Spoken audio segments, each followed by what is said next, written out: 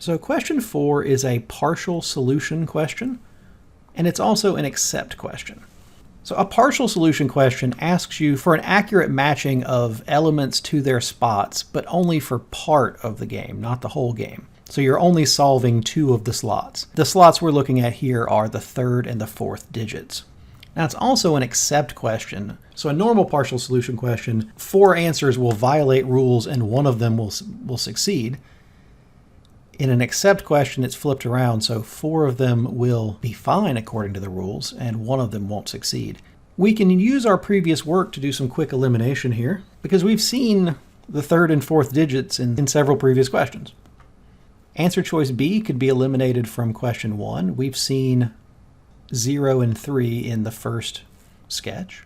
If you look down at question 3, you can see a 3 and a 0. A 3 and a 0 is answer choice D, so we can get rid of that. And answer choice, and the second sketch that we did for question 3 has a 1 and a 0. That would allow us to get rid of answer choice C. So we'd only have 2 answer choices left. At this point, the easiest way to proceed would just be to test one of them. So if you test, throw down some new spaces, label the sketch so you know where it came from.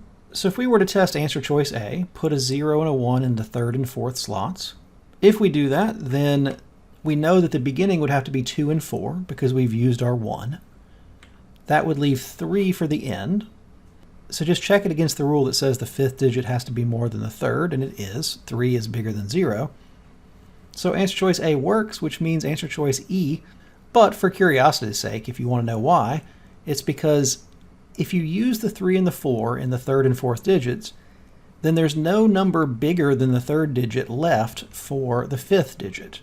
If the 3rd digit's a 3, you need a 4 for the 5th digit, but the scenario in answer choice E is using it up before you get to the 5th digit. So continue on to the final question, question 5.